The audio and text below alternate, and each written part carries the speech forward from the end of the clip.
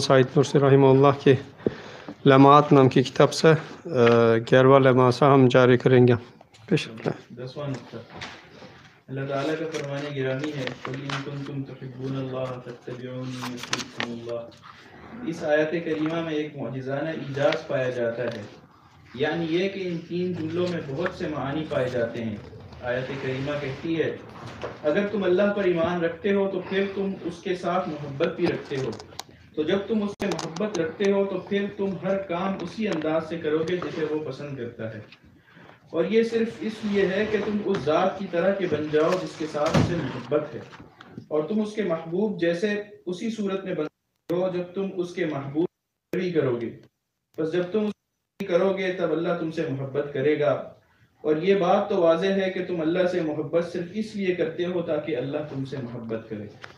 یہ چند جملے گویا کہ آیت کریمہ میں پائے جانے والے بعض معانی کی مختصر سی وضاحت کرتے ہیں۔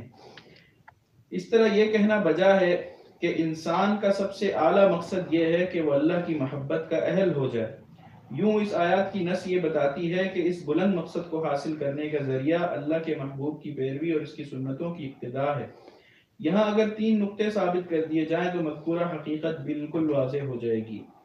پہلا نقطہ یہ تھوڑا سا ہم وضاحت کر سکتے ہیں، یعنی قُلْ إِن كُنتُمْ تُحِبُّونَ اللَّهَ فَاتَّبِعُونِي يُحْبِبْكُمُ اللَّهُ، یعنی اللہ تعالیٰ رسول اکرم صلی اللہ علیہ وسلم کا ذریعہ بتاتے ہیں کہ یعنی ان لوگوں کا کہو کہ اگر آپ لوگ اللہ تعالیٰ کا محبت رکھتے ہیں، اللہ تعالیٰ کے ساتھ کیا کرنا ہے؟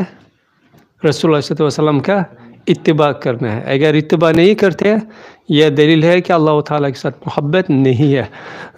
انسان کی سب سے اعلیٰ مقصد، یعنی مثلا انسان اس دنیا میں آیا اور اللہ تعالیٰ انسان کے بہترین شکل میں بنایا، احسن تقویم کی شکل میں بنایا ہے، اور اتنا احسان اور اکرام کیا ہے، اور انسان سے کچھ چیز چاہتی ہے اللہ تعالیٰ، اور انسان کے لیے ایک مقصد رکھا ہے۔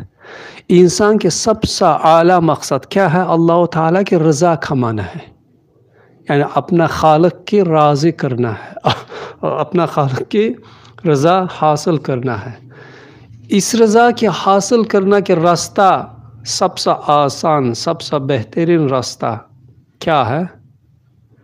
اللہ تعالیٰ ہمارا بتاتے ہیں، وہ اس راستہ بھی ہمارا بتانا کون ہے؟ اللہ تعالیٰ۔ اللہ تعالیٰ بتاتے ہیں کہ اللہ تعالیٰ کی رضا حاصل کرنا کے سب سے آسان، سب سے بہترین راستہ رسول اللہ علیہ وسلم پر، اس کی سنت سنیہ پر عمل کرنا، رسول اللہ کا اتباع کرنا سب سے آسان راستہ ہے۔ یعنی اور راستہ ڈھونڈنے کی ضرورت نہیں، میں اللہ تعالیٰ کی کس طرح راضی کر سکتا ہوں، میں یہ کروں، میں یہ کروں، میں بھوکا رہوں، میں ایسا کروں، میں اپنا خود کا اللہ کے لیے پہاڑ سے نیچے گرا دوں، نہیں۔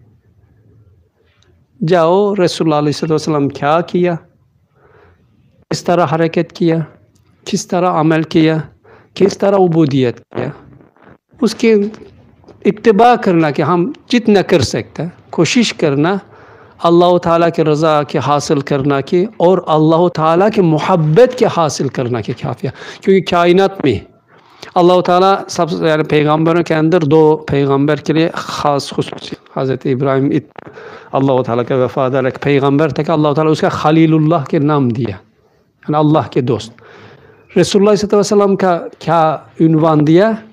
حبیب اللہ، یعنی اللہ تعالیٰ کے محبوب، یعنی اللہ تعالیٰ کی سب سے پسندیدہ چیز، مخلوق، انسان رسول اللہ صلی اللہ علیہ وسلم۔